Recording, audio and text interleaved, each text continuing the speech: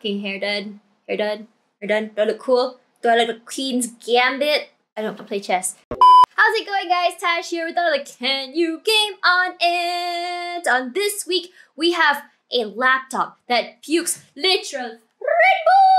Oh wait, where did the rainbows go? What's up, guys? Tash here for another Can You Game on it. This week, we have a laptop that pukes literal rainbows! Yeah, look, guys. Wow! So colorful! Yes, guys, this week we are reviewing the 17-inch Legion 7i. Do the intro! Alright guys, Happy New Year! This is Tash from 2020 saying hi to you in the future. Ooh, premonition! Anyways guys, so for the last few gaming laptops of 2020, I really want to talk about the Legion 7i because of multiple reasons. Not because it is full of rainbow puke. Oh my god, look at the logo. Not because at the bottom is also RGB. Not because the side is full of RGB. Not because the inside is also full of RGB. But because it is also a pretty decent laptop. Okay, so for the specs, this laptop runs on the NVIDIA RTX 2070 GPU, the Intel Core i7 10th Gen, 1TB SSD, 16GB of RAM, 1080p display, and a whopping 240Hz display. Anyways, I tried this laptop on multiple games. I decided to up the review games up a bit. Other than the benchmarking on Shadow of the Tomb Raider, we also have Valorant as per usual. It's just an excuse for me to play Valorant. Don't tell my boss. As well as Overwatch, since it is very, very GPU intensive.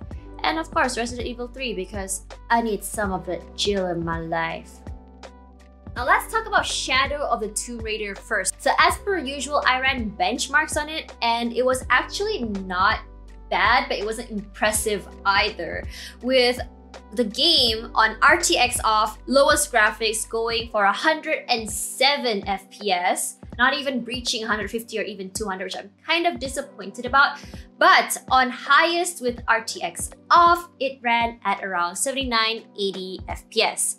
Now, let's talk about RTX on. If you guys don't know, for the 20 series, the RTX isn't exactly the best, unlike the 30 series, but this one actually isn't so bad. So with RTX on, with Ultra RTX and highest graphics, the game ran on 48 FPS, and with normal graphics and medium RTX, it ran on 67 FPS, which is not exactly the greatest, but if you do want to still enjoy some RTX, I recommend going normal graphics with medium RTX. Alright guys, so moving on to Overwatch, one of the most GPU intensive games out there. The laptop actually did well for itself. It ran on 111 to 120 FPS so easily. Now let's talk about Valorant, a game that's a lot lighter. This one was easy. On the highest graphics, it ran on 120 to 136 FPS on highest.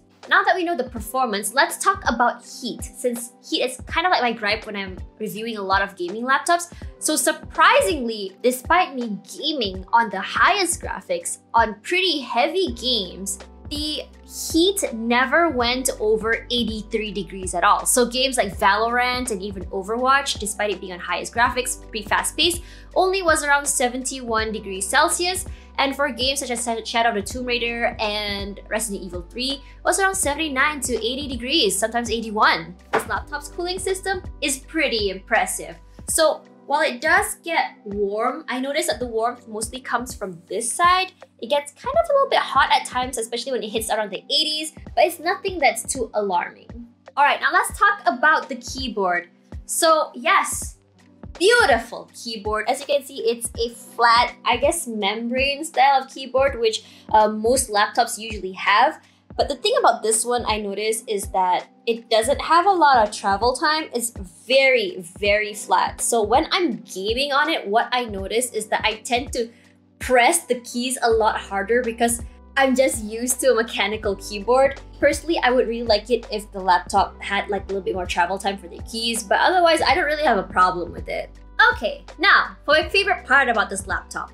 Build and aesthetics. I am Tash Bunny and I love design. So this laptop without the RGB. It looks very simple, very sleek. I like the color. I like that the logo is on the side here, so it's not like too attention grabbing. With RGB, you actually do have to plug it in to get the rainbow puke out. Oh yeah, look at that. Look at that beauty. Oh yeah. So for you guys, even though it is super minimalistic, you have RGB here on the Legion Y logo in the front here. You have RGB down here. Oh my god, look at that. It's a party.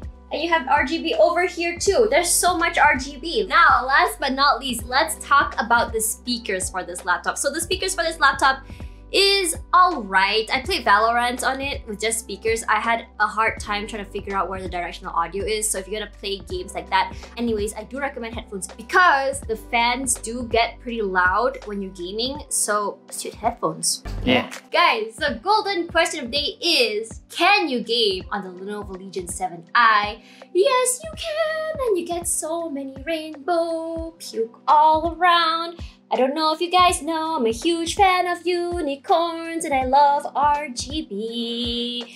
Yeah, there you have it guys. That is the Lenovo Legion 7i. Really not too bad pricing for a super high-end laptop. Really decent and honestly great in terms of cooling. So, now that we're in 2021, my question now is, what now? What are we gonna see in gaming laptops of the future? Are they gonna walk? Are they gonna yell at me? Are they gonna have eyes? Find out in our next gaming laptop review. This is 2020 Tash, signing out.